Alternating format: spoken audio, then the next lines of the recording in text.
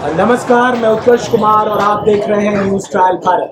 News trial Bharat, रात रात में खबर नहीं परोसते डर, दिखाते बस खबर। इस वक्त हम मधेपुरा जिले में हैं और मधेपुरा के शहर में बीचों बीच हैं। पास में ही जो है वो टीपी कॉलेज है और कुछ दूर जाकर यहाँ का सहरसा, सुपौल और मधेपुरा जिले का इकलौता विश्वविद्यालय भूपेन्द्र नारायण मंडल विश्वविद्यालय भी है। इससे पहले यही इकलौता विश्वविद्यालय था जो कटिहार, पूर्णिया, अररिया और किशनगंज तक संबद्धता प्रदान करता था। यहाँ पे हम एक चाय की दुकान पे हैं और यहाँ पर युवाओं का जमावड़ा रोज आए दिन शाम के वक्त रहता है और मौसम गुलजार है क्योंकि भाई चुनावी माहौल है। और यहाँ पर वोट करने जा रहे इन मतदाताओं से हम जानने की कोशिश करते हैं अगले कुछ मिनटों में कि आखिर मधेपुरा लोकसभा सीट पे किस उम्मीदवार की हालत कैसी है। आप नाम बताइए। निखिल यादव। निखिल यादव, तो आप कुछ छात्र नेता भी हैं या बस पढ़ाई चल रही है? स्थानीय निवासी छात्र नेता, प्रदेश महासचिव है, राष्ट्रीय जनता दल से छात्र प्रदेश महासचिव। तो राजद के हैं और नाम में भी यादव है, तो मतलब लालटेन वाला मामला है। ऐसा कुछ नहीं, यादव को लालटेन वाला मामला नहीं है, बल्कि उनका जो है मुद्दा को जो बात है रोजगार जितना खड़ा उतरी है 100% खड़ा उतरा है देश में। अपने मुद्दों पर जो मैनिफेस्टो उन्होंने जारी किया था 2020 के चुनाव में, तो जब हम सरकार में आएंगे 10 लाख नौकरियां प्रदान करेंगे बिहार की जनता को। और सिर्फ 17 महीना वो सत्ता में रहे, मुख्यमंत्री भी नहीं बने, उप मुख्यमंत्री तक ही सीमित रहे वो सत्ता में, बल्कि सिर्फ मुख्यमंत्री बनने पड़े वो 5 लाख रोजगार दिए, नौकरियां दी बिहार के युवा को। और बात रही केंद्र सरकार की, 10 साल से नरेंद्र मोदी की सरकार है, केंद्र में अपने वादों पे वो 0 पर आउट हुई है।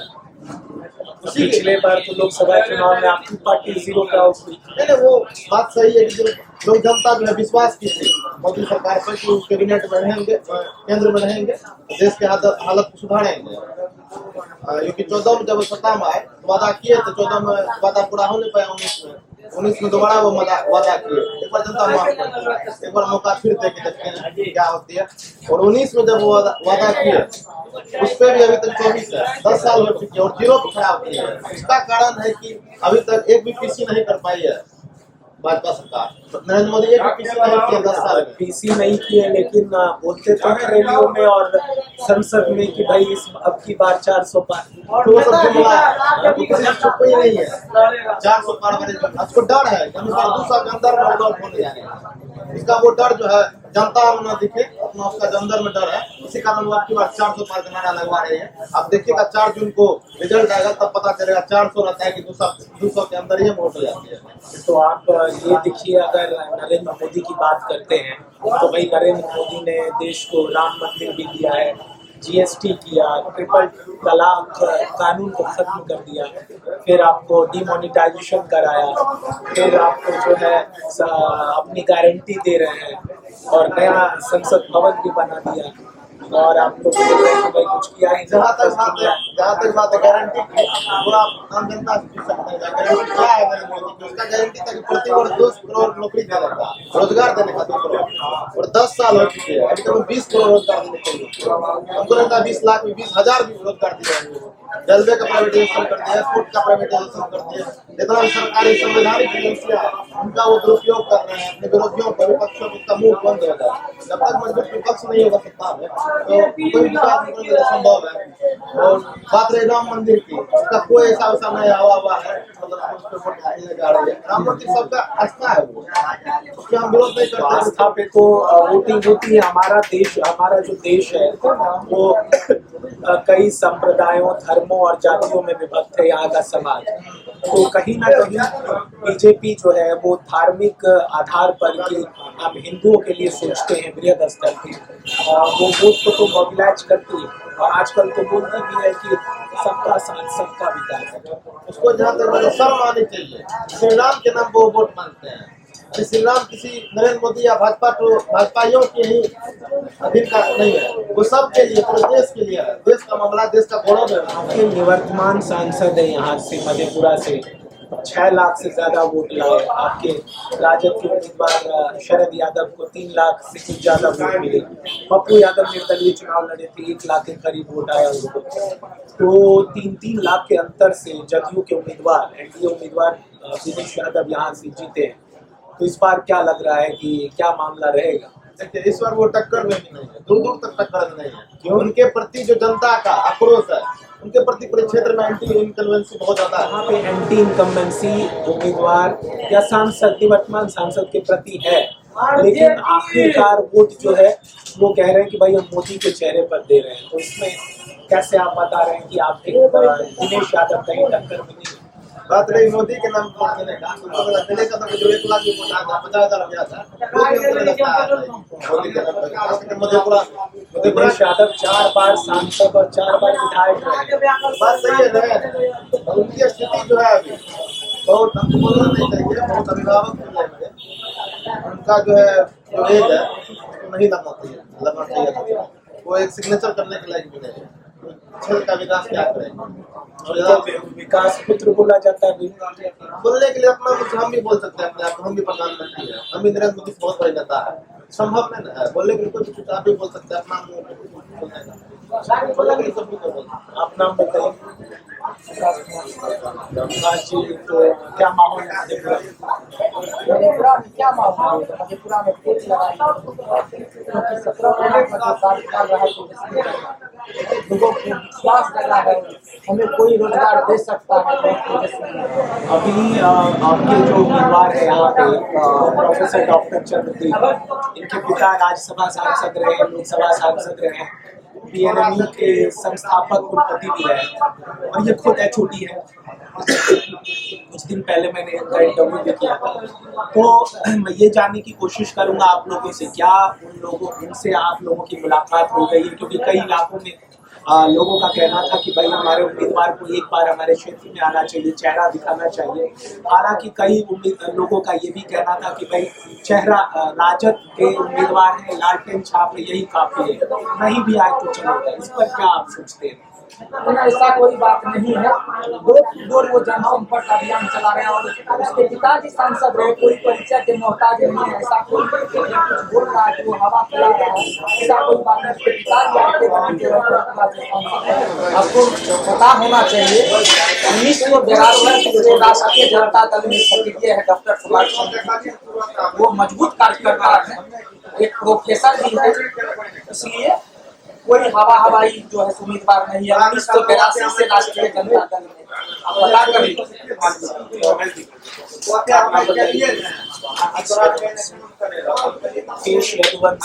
यदुवंशी ऊपर से मधेपुरा, तो मामला लालटेन का है।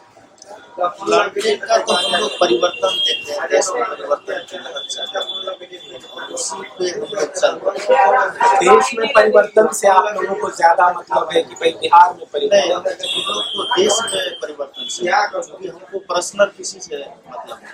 अगर देश में परिवर्तन होती है तो मेरे साथ साथ हजारों लाखों करोड़ों लोगों का भला होगा। इस सिद्धांत पे चलते, ऐसा नहीं कि हमको पर्सनल एमपी एमएलए विधायक से कम है। अगर वो अच्छा कर रहे हैं तो पूरा बिहार देश के लिए कर रहे हैं।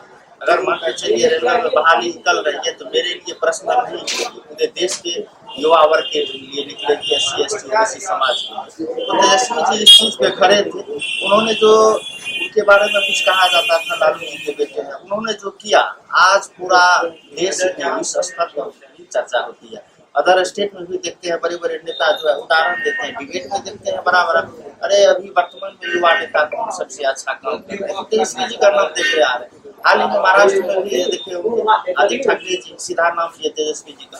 हर जगह चूंकि उनका जो काम करने का तरीका, युवाओं के प्रति का जो पकड़, और सबसे बड़ी बात है रोजगार। अभी जो बेरोजगारी जो स्थिति है चरम सीमा पे, बेरोजगारी में पलायन भी आ रही है, छात्र भी आ रहा है उसमें, तो हर तरह से बेरोजगारी एक बहुत बड़ी मुद्दा है देश के लिए, जिसमें तेजस्वी जी प्रथम स्थान पे अभी भारत में खड़े हैं, ऐसा माना जा रहा है। 2025 में विधानसभा चुनाव होना है बिहार में, तो इस बार आपके तेजस्वी फिर से डिप्टी सीएम रहेंगे या सीएम का मामला बन जाएगा? सीएम तो उनका बनना तय ही है, क्योंकि युवाओं का जो उनके प्रति नजरिया देते हैं हर वर्ग, ऐसा नहीं है कि यादव या मुस्लिम, ऐसा कुछ हर वर्ग के युवा चाहते हैं कि तेजस्वी जी बिहार के मुख्यमंत्री बने और बिहार के लिए कुछ अच्छा करें, और अच्छा करके उन्होंने 17 महीने में दिखाने का काम किया है। 2025 के विधानसभा चुनाव में आप लोगों के साथ जनस्वराज पार्टी भी आएगी, वो भी विधानसभा जनस्वराज, देखिए जनस्वराज का वो जनस्वराज एक तरह से बिजनेस टाइप का जो है, मान के चलिए उसको हम बिजनेस फैक्टर समझते हैं। जनस्वराज का यहाँ कुछ नहीं चलने वाला, वो भी एक बीजेपी के बीच उनका कुछ आधार नहीं, उनका आधार जिससे पसंद। आप जब स्वराज की बात की, जब स्वराज का मतलब जो होता है वह दलाली, किसी पार्टी के चुनाव जिताने के लिए वह किस तरह से काम करे, जनता को किस तरह से मोटिवेट करे, तो उनका वो काम है। इसलिए तो प्रशांत किशोर तो पद यात्रा कर रहे हैं बिहार के तकरीबन, लेकिन आप क्या उससे ठीक है, आप इससे पहले चुनाव में क्या किए थे बीजेपी के लिए, इससे पहले आप नीतीश कुमार के लिए क्या किए, जनता का तो गुमराह ही कर दिए ना, तो फिर अभी आप पद यात्रा करने से आपका क्या हो जाएगा।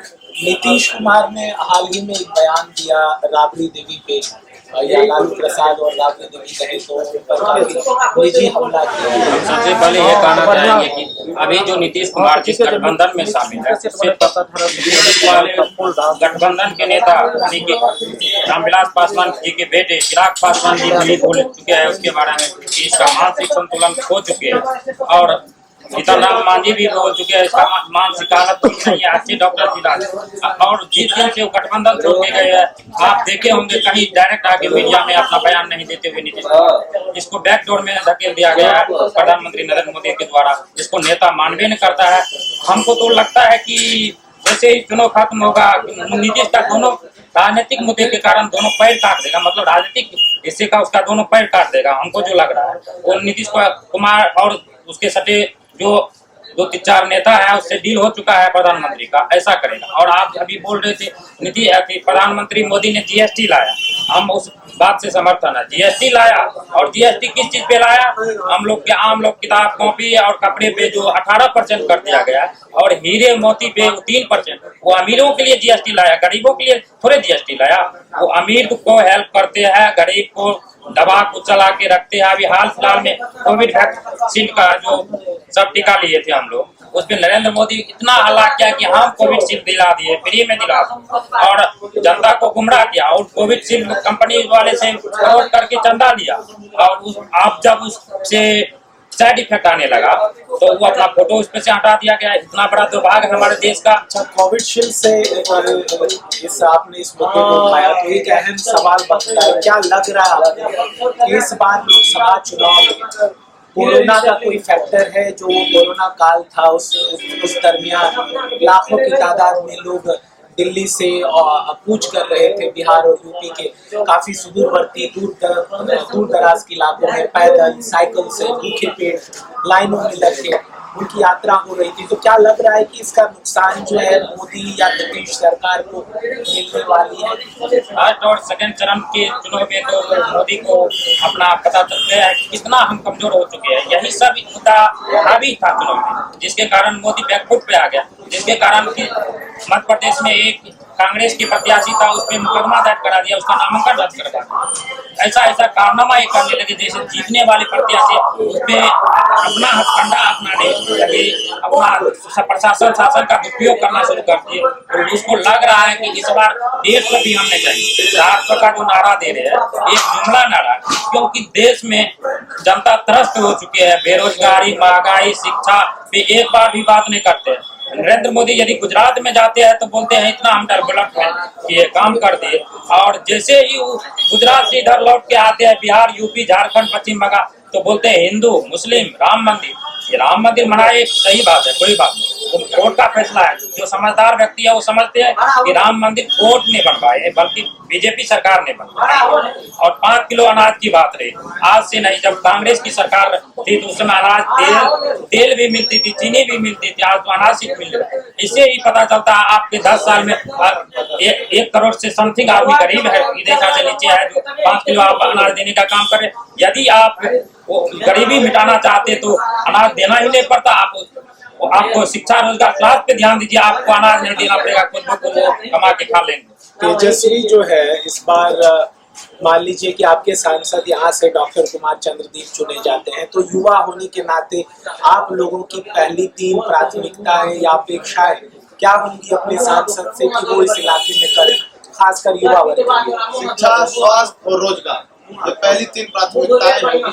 तो पहली बात है कि आप जितने भी बच्चे हैं पहले शिक्षित कीजिए, उसको स्वस्थ रखिए। और बाद में जब रोजगार का स्रोत जगह है, उसको रोजगार हो पाए, नौकरी हो पाए, तो अपना जिंदगी खुद यापन कर पाए। यहाँ के सरकारी स्कूलों का स्तर क्या लग रहा है? देख ही रहे हैं, जब सरकार का स्तर ठीक नहीं है, नीति ठीक नहीं है, तो इसी स्कूल का क्या बात कर रहे हैं?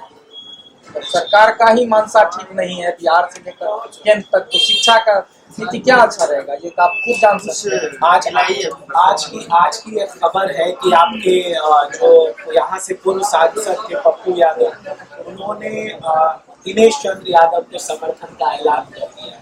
उनके पार्टी के कार्यकर्ता, करीबी नेता और जो उनसे जुड़े लोग थे, उनकी आज मीटिंग भी हुई निवर्तमान सांसद दिनेश चंद्र यादव के साथ, और ऐलान कर दिया कि भाई हम तीर छाप के साथ एनडीए के उम्मीदवार दिनेश यादव के साथ का समर्थन करते हैं। इसका क्या व्यापक असर पड़ेगा? अभी तक नहीं देखे इसमें क्या है, इस पर हम नहीं जानना चाहेंगे। लेकिन यहाँ जो है सीधा लालटेन मय है मधेपुरा।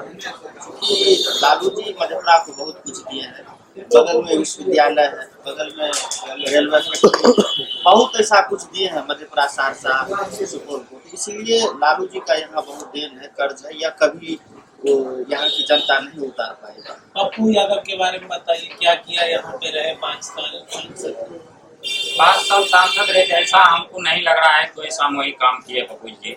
दिल की बहुत अच्छे इंसान है, बहुत मानते हैं, लेकिन सामाजिक कार्य में आप बढ़ चढ़ के हिस्सा लेते हैं, लेकिन एक सामूहिक कार्य जनता के लिए होना चाहिए, ऐसा कार्य हमको नहीं दिखा अभी तक 5 साल में। पिछले 5 साल में जो रहे थे उस समय दरमियान, जिसके कारण उसको खुद यहाँ से नहीं लड़ना चाहे, पूर्णिया से। देवेंद्र प्रसाद यादव को बोला गया था मधेपुरा से लड़िए, मना कर दिया।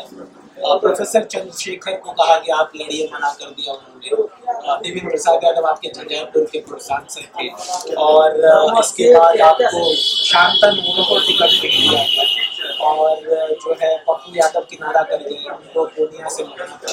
अभी मैं पप्पू यादव के साथ इंटरव्यू भी कर रहा था, तो उनका कहना था कि भाई मुझे मधेपुरा के यादवों से कष्ट है। वो क्या कष्ट है? पीस है यहाँ पे कि मतलब चुनाव में उनको अपेक्षित सहयोग वोटों से, खासकर यादव मतदाताओं से नहीं मिला। तो ऐसा क्या हुआ कि हर एक उम्मीदवार इस समाजवादी घटी कही जाती है मधेपुरा को? यहाँ पे नीति मंडल की कमी होती रही है, और देश की जो राजनीति घूमती है 2 धाराओं पर, मंडल और कमंडल, उसकी केंद्र बिंदु मधेपुरा ही है। यहाँ से लालू लड़े, जीते भी हारे भी, शरद यादव भी लड़े, जीते भी हारे भी, पप्पू यादव भी लड़े, जीते भी और हारे भी। तो बड़े बड़े उस्ताद जो राजनीति के हैं वो यहाँ पे जीते भी हैं ताल ठोक कर, और हार कर भी यहाँ से वापस लौटे। तो क्या रीजन रहा इस बार इन सबों ने लड़ने से क्यों इनकार किया? सबसे पहले हम ये बताना चाहेंगे कि यहाँ पे शरद जी भी लड़े, उसका भी हार हुए, क्योंकि यहाँ की जनता बहुत समझदार है, और लालू हमारे आदरणीय लालू जी भी यहाँ से चुनाव लड़े। यदि थोड़ा सी गलती किए तो उसको भी हार का मुंह देखना पड़ा। गलती किया कुछ ऐसे समाज में ऐसे जनता को लगा कि ऐसा कुछ संभव नहीं, तो उसको भी यहाँ की जनता नकारने की कोशिश की, और पप्पू जी भी यहाँ की समाज से उतना अपेक्षा खड़े नहीं उतरे, तो उसको भी नकारे।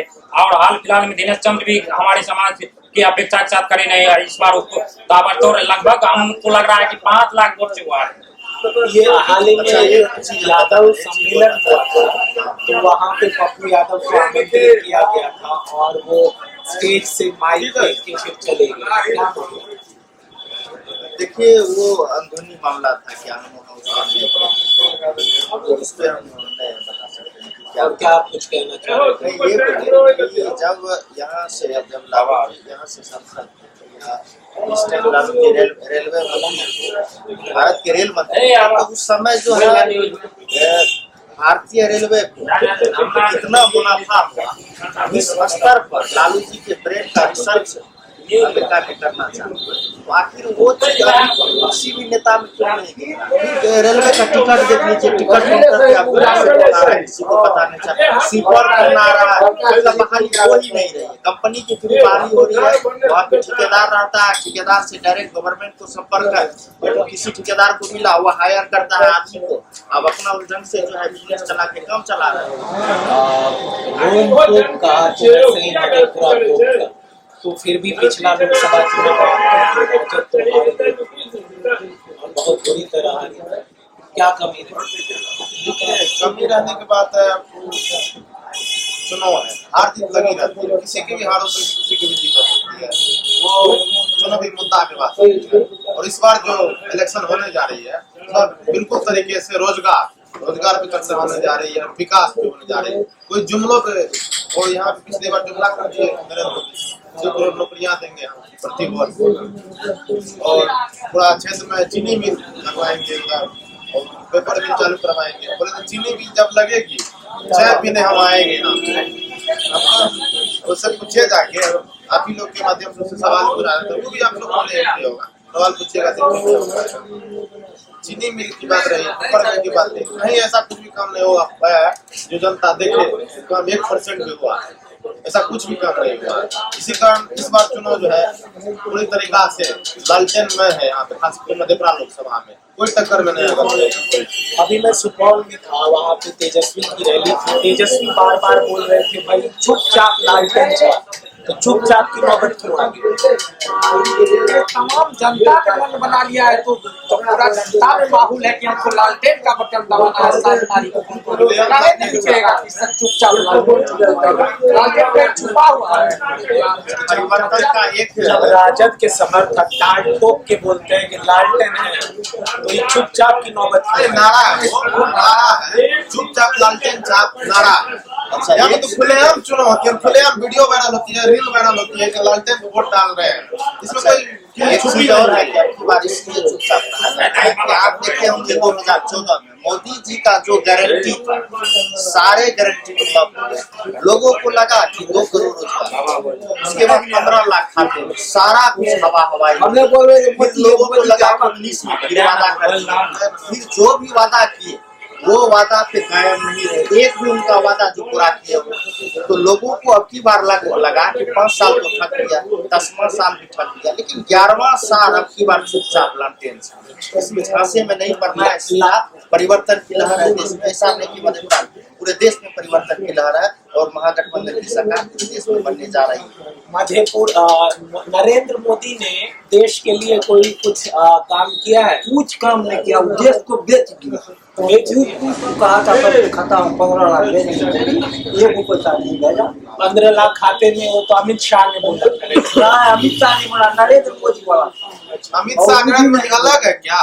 और लालू जो रेल कारखाना दिया था यहाँ पर, उसको लेकर के बनारस चला गया। मोदी एक भी काम नहीं सही कर रहा है, मोदी सब काम झूठा कर रहा है, उसके जैसा झूठा कृषि में पैदाइश नहीं। दिनेश चंद्र यादव, उनको तो विकास यादव एक अलग बात है, उसका व्यक्तित्व अलग है, उस पर नहीं हमको जाना है, लेकिन हमको नरेंद्र मोदी को बोलना। और नीतीश कुमार तो भसिया गया है।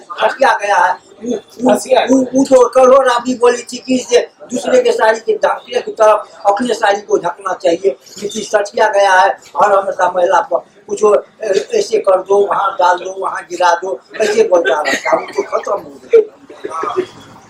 अच्छा, तो मतलब कि 2025 का जो विधानसभा चुनाव होगा तो 10वीं बार नीतीश कुमार शपथ लेंगे कि नहीं? नीतीश कुमार शपथ तो नहीं लेगा, लेकिन जब गत इलेक्शन में तो तेजस्वी शपथ लेगा, लेकिन उसका 14-15 सीट बंगानी कर लिया। नरेंद्र मोदी 7 उसका नहीं चला, तो मुख्यमंत्री नहीं बना। नीतीश कुमार तो फिर क्या राष्ट्रपति बने? अब राष्ट्रपति बने, प्राइम मिनिस्टर बने, हमको नहीं जाना। आप जैसे वैसे हमने बोलते हैं वैसे नहीं चलते हैं। क्या बनेगा नहीं बनेगा ये हम नहीं कहते हैं। देखिए और एक बात समझा देते हैं, गाँव में सबके घर में महावीर जी का पूजा, वहाँ पर झूला लगता है, बांस कटना है, 5 बीघा का बांस होता है। कौन बांस का झूला बनेगा कोई जानता है? कौन बच्चा कांड बनेगा कोई नहीं जानता है। कौन पारा महल बनेगा कोई नहीं जानता। ये पूछते हैं नीतीश राष्ट्रपति बनेगा प्रधानमंत्री, हमको बता दें। तो 19 साल में नीतीश कुमार कोई काम किए? 19 साल में क्या नहीं किया उसमें हमको नहीं जाना, उसमें कुछ नहीं था। काम कौन काम किया? 5 साल सिर्फ काम किया वो पहले बार, उसके बाद तो सच गया। 2005 से 10 तक काम किया, उसके बाद नहीं किया। तो ऐसा मामला क्यों होता है कि भाई लालू प्रसाद के करीब वो लोग आ जाते हैं जो कभी उनको गाली दिया करते थे और फिर हाथों हाथ लेते हैं लालू प्रसाद ऐसे नेताओं को, और ऐन वक्त पे वो लोग इनका साथ छोड़ देते हैं। देश में अब की बार जो चुनाव होने जा रहा है, एक तरफ संविधान बचाओ, दूसरी तरफ संविधान हटाओ। ये देश में जो नरेंद्र मोदी की सरकार है, ये अब जो है ये वोट पे विश्वास नहीं रखते हैं, ये अब खरीद फरोख्त पे विश्वास रखते हैं। ये सौदाओं पे विश्वास, हम जो MLA MP बनाते हैं यहाँ से चुनकर भेजते हैं, उसको खरीदने पे वो विश्वास करते हैं। वो चोरी पे विश्वास करते हैं, EVM को हैक करते हैं, ऐसे करते। प्रशासनिक जो भी होता तानाशाही अपना सत्ता का भय दिखा करके शासन में बने रहना चाहता है, लेकिन अब की बार वो सब कोई चीज चलने वाली नहीं है। अभी हम लोग अब की बार पूरी बहुमत से इंडिया महागठबंधन की सरकार दिल्ली में राहुल गांधी के नेतृत्व में हम लोग बनाने जा रहे हैं, और ये जो दिखा रही है सत्ता की शासन की भय, ये सब कहीं चलने वाली नहीं है। बीजेपी जो विपक्षी पार्टी दावा करती है कि भाई बीजेपी के पास एक वॉशिंग मशीन है, क्या उससे वाकिफ है? ये बिल्कुल वाकिफ है। वॉशिंग मशीन ऐसा है कि आप कितना भी भ्रष्टाचार कर ले, कितना भी कुकर्म कर ले, कुकृत्य कर ले, बीजेपी के गोद में अगर चल जाते हैं तो वो वॉशिंग मशीन ऑटोमेटिक आप धुल जाते हैं। और ये बीजेपी वाली जो एजेंसियां हैं, विपक्षी नेता कहते हैं कि भाई ED, CBI, IT इन सारों पर जो है बीजेपी वाले अपना इसको एजेंसी को अपनी पार्टी के मुखौटे की तरह इस्तेमाल करते इसमें हैं। तो कहीं न कहीं सच्चाई तो जरूर है, क्योंकि है क्या, विपक्ष के ही नेता क्यों टारगेट करते हैं? विपक्ष के ही नेता जेल में। दूसरी बात, उनके नेता आपको नहीं मिलेंगे। हाल ही में देखेंगे बीजेपी के एक नेता थे जिनको टिकट मिला, MP से चुनाव लड़े, चुनाव लड़वा के भाग गए देश से। उनके ऊपर 300 लड़कियों के साथ 3000, अब देखिए 3000 लगा। क्या उनका इनकाउंटर नहीं होना चाहिए इस देश में? ऐसा कानून नहीं बना हुआ। वही अगर विपक्ष के नेता होते तो आज उनको फांसी हो जाती। ऐसा हम लोग मान के चले। अभी केजरीवाल जी क्या कर, हेमंत सोरेन जी क्या कर, लेकिन उनके ही नेता जो चुनाव लड़े भाग गए, उनके ऊपर 3000 लड़कियों के शोषण के आरोप है, कोर्ट में साबित है, लेकिन उनका कहीं कुछ नहीं है। तो इससे जनता में तो जरूर मैसेज जा रही है कि कुछ न कुछ भी एक तरफा कार्य हो रहा है। जो सत्ता में है वो अपना मलाई खा रहे हैं, जो विपक्ष में उनको डराया जा रहा है, ऐसा प्रतीत हो रहा है, ऐसा साक्ष्य है सामने। EVM में जो EVM का तो मान के चलिए सबसे बड़ा सवाल है कि EVM को जो देश बनाया वही बैन कर दिया, तो भारत में फिर क्या जरूरी है? जो देश EVM को बनाई हाईटेक है, वह देश खुद जो है हाईटेक है, वो EVM का क्यों नहीं EVM पे भरोसा करे भारत में? तो इस चीज इसके लिए जो उसको निगेटिव। तो मतलब आप लोगों का ये कहना है कि भाई EVM मशीन की जगह बैलेट पेपर पहले या वीवीपैट की कंपनी होनी चाहिए, या EVM जो EVM से भी चुनाव वीवीपैट मशीन है, उसका भी जो है पर्ची का कंपनी होना चाहिए। मोदी से उम्मीद है कि तेजस्वी से उम्मीद है? अभी वर्तमान समय में जो स्थिति है, अभी जो वर्तमान समय में स्थिति है, उस स्थिति के मुताबिक फुल बहुमत में मोदी जी जीतेंगे और सरकार बनेंगे। मतलब आपकी बात 400 पार सही होगा? 400 पार हो गए, लेकिन फुल बहुमत में रहेगा। मतलब 272 से 400 ज्यादा पार की सीट गारंटी नहीं है, लेकिन फुल बहुमत में रहेगा और भारत सरकार बनेगी। दूसरी बात है कि यहाँ दिनेश चंद्र यादव यहाँ से जीतेंगे, जो बात सही है।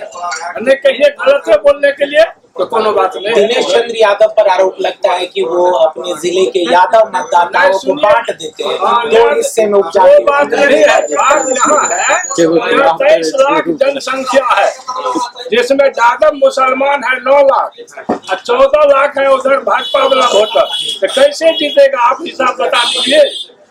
दूसरी बात, लालू जी इस बार BPSC करा करके जितना बैकवर्ड था सबको छटनी कर दिया है। तू रह लो, चुपचाप रह, बोलिए नकली आप सारा समय देता, तू बोलिए गलत बात नहीं करिए। जब वो लालू जी ऐसा कर दिए कि नहीं BPSC करो, नहीं तो सब मुंह खा जाएगा। और TT में को तो जो पास था वो को तो मुफ्त नहीं था, और वहाँ BPSC करा करके वही जगदानंद सिंह वही मनोज झा, वही तीनों मिलकर के देखा कि यहाँ 75% गठबंध है, उसको बीपीएससी करना। वाकिफ है आप इस पे? ऐसा क्यों हुआ? नहीं, आप ये बीपीएससी और टीटी के बारे में बता रहे हैं। सबसे पहले इसको जानकारी होना चाहिए, देश में तमाम संपत्तियों को भाजपा द्वारा बेच दिया गया, उसमें इसका ध्यान नहीं है। रेलवे अगर भारत गवर्नमेंट में सबसे बड़ा सेक्टर था, उसको साफ खत्म कर दिया गया। एयर इंडिया को खत्म कर दिया गया, LIC को खत्म कर दिया गया, कोई चीज को नहीं छोड़ा, सब चीज को निजीकरण कर दिया। पूछिए रेलवे में बहाली आना क्यों बंद हो गया? हमारी सरकार तो बीपीएससी से भी लेकर के 5 लाख 5.5 लाख को नौकरी दी। बताइए 17 में ये 10 साल की सरकार में नरेंद्र मोदी क्या किए? इससे पूछिए। इन लोगों का आरोप है कि भाई काफी हद तक सरकारी कंपनियों का बीजेपी में या एनडीए गठबंधन की सरकार ने निजीकरण कर दिया है। इस पर आपकी क्या टिप्पणी है? निजीकरण अगर कर दिया तो लोग में और संतुष्टि होगा न, लेकिन वो संतुष्ट नहीं है, फिर वो वोट देकर के क्यों बना देते हैं उसको प्रधानमंत्री? अब की बार क्यों जनता बना समझ देते गई हैं? है। जितना आतंकवाद इस देश में आतंकित कर रहा था, उससे अभी है न शांति।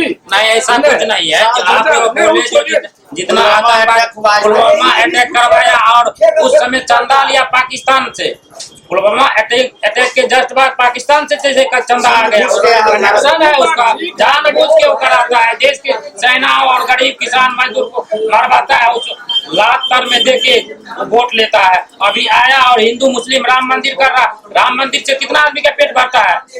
एक भी आदमी का पेट भर सकता है? मोदी जी आपके रोजगार का क्यों बात करते हैं? देश के अमन चैन को खत्म करनी चाहती है भाजपा जो बात पूरे सही भारत है, में वो हम बोले। हमारा नाम है रुद्र नारायण दास। हम सब लोग वोट दिए हैं राजद में, इस बार भी जो MLA होगा उसमें MLA को वोट देंगे। लोकसभा में दिनेश यादव को हम लोग वोट ठीक है। एक चीज मैं जानना चाहूंगा कि नरेंद्र मोदी आजकल रैलियों में मछली की बात करते हैं, मंगलसूत्र की बात करते हैं, लेकिन मणिपुर की बात नहीं करते, महंगाई की बात नहीं करते। देखिए, महंगाई किसी सरकार से रुकने वाली नहीं है। तो ये क्यों नहीं रुकेगी? 6वें महीना पर दिए बढ़ता है, तो जो दिए बढ़ता है 6 महीना पर, साल में 2 बार बढ़ता है, तो 10% हुआ, तो 10% आएगा कहाँ से? जब तक महंगाई बढ़ेगा नहीं, आमदनी नहीं होगा तो कहाँ से आएगा? टैक्स का परसेंटेज बढ़ रहा है। इसलिए सबसे पहले आप अगर सुई से लेकर जहाज तक या खरीदे या सफर करें या सर्विसेज का फायदा ले, तो वहाँ पे आप एक उपभोक्ता के तहत 9 से लेकर 28% तक GST भरते हैं। अगर आप सरकारी पेशा आदमी है या प्राइवेट जॉब में है तो आप टैक्स देते हैं, डायरेक्ट और इनडायरेक्ट टैक्स। तो इससे पैसा आता है। टैक्स देते हैं, लेकिन उसमें आखिर आमदनी होगा तब हम कर्मचारी शिक्षक को बढ़ाएंगे। आमदनी कैसे होगा? वो तो अडानी अंबानी को दे देते हैं, तो आमदनी कैसे होगा? आम जनता के लिए आएगा कैसे? और गरीबी और रोजगार कैसे मिलेगा? ये जो है ना 3 लाख क्या कहते हैं, 3 लाख का बूट 13 लाख का सूट जो है पहनने में लगा हुआ है। देखते हैं मोदी को, ये मोदी नहीं मदारी है झूठ बोलने की, इसकी पैदाइशी बीमारी है। अगर मोदी सच्चे होते तो आज इनके भी 2-4 बच्चे होते। जैसा सूट वैसा बूट लिया, पूरे भारत को लूट लिया। देखिए पूरे हिंदुस्तान में बाबा साहेब भीमराव अम्बेडकर साहब की संविधान चलती है। भारत तो पूरा संविधान मानती है, लेकिन ये भाजपा ही जो है नागपुर का संविधान को मानती है। इसमें दलित का आरक्षण खत्म करना, अति पिछड़ा का आरक्षण खत्म करना, पिछड़ा का आरक्षण खत्म करना, चुनाव खत्म करना। ये चुनाव है 2024 की चुनाव, आखिरी चुनाव है। भाजपा अगर सत्ता में आती है तो ये आखिरी चुनाव होगी। पूरी तरीका से लोकतंत्र और संविधान खत्म हो जाएगी। ये जो है गोडसे के संविधान को मानने वाले लोग हैं। भाजपा जो है ये गोडसे के संविधान को मानने वाले लोग हैं। हम लोग बाबा साहब भीमराव अम्बेडकर के संविधान पे चलने वाले लोग हैं। उनको बता देंगे अब की बार हम लोग राहुल गांधी के नेतृत्व में पूर्ण रूप से दिल्ली में सरकार बनाएंगे। और ये जो अंबानी अडानी के गोद में खेलने वाले नरेंद्र मोदी की सरकार जो है, कहता हम फकीर हैं, झोड़ा लेंगे चल देंगे, इसको बता देंगे 2024 के बाद सरकार बनाने के बाद इसको हम बता देंगे कि जहाँ से आया था वहीं झोड़ा लेकर के कहाँ फरार हो जाएगा, ये पता नहीं चलेगा। ये दामोदर गांधी। तो यहाँ पर युवाओं का जोश लगातार उफान पर चढ़ता जा रहा है और ये समाजवादी जो धरती है, मधेपुरा की धरती, यहाँ पे लोग राजनीति में काफी अभिरुचि रखते हैं, दिलचस्पी बहुत ज्यादा है। और इस दिलचस्पी के बीच में ये स्पष्ट दिख रहा है कि यहाँ का चुनावी पारा काफी 40 को पार कर गया है। जिस तरह से यहाँ की तपिश जो है वो 40 के तापमान को क्रॉस कर गई है। अब ये आने वाला समय ही बताएगा, वक्त ही बताएगा। महज 2-3 दिन दूर यहाँ पर तीसरे चरण में 7 मई को लोकसभा का चुनाव होना है। यहाँ के जो मतदाता हैं वो अपने मत का जाकर प्रयोग करें, ये हमारी अपील होगी। जो और एक जो कहा जाता है, प्रोवर्ब है कि रोम पोप का और मधेपुरा गोप का। यादवों की काफी आज आबादी है मधेपुरा जिले में, और नए परिसीमन के हिसाब से मधेपुरा लोकसभा सीट में सहरसा जिले को भी मिला दिया गया है, और सहरसा सुपौल जिला मिलकर सहरसा और मधेपुरा जिला मिलकर मधेपुरा लोकसभा सीट बनाती है। और यहाँ पर इस बार क्या मामला होगा, कांटे की टक्कर दिख रही है। आज ही पप्पू यादव ने यहाँ के निवर्तमान सांसद दिनेश यादव को समर्थन देने की पेशकश कर दी है, और दिनेश यादव के साथ मीटिंग भी हुई है पप्पू के जो करीबी लोग हैं, नेता उनकी। इस पर एक फिल्मी गाना भी याद आ जाता है कि भाई आजकल तेरे मेरे प्यार के चर्चे हर जुबान पर, कुछ को मालूम है और कुछ को खबर हो गई। और देखना दिलचस्प होगा कि इस बार मधेपुरा लोकसभा सीट का पर जीत का सहरा किसके सर बंधेगा। मैं उत्कर्ष कुमार, न्यूज़ ट्रायल भारत के लिए, मधेपुरा बिहार से।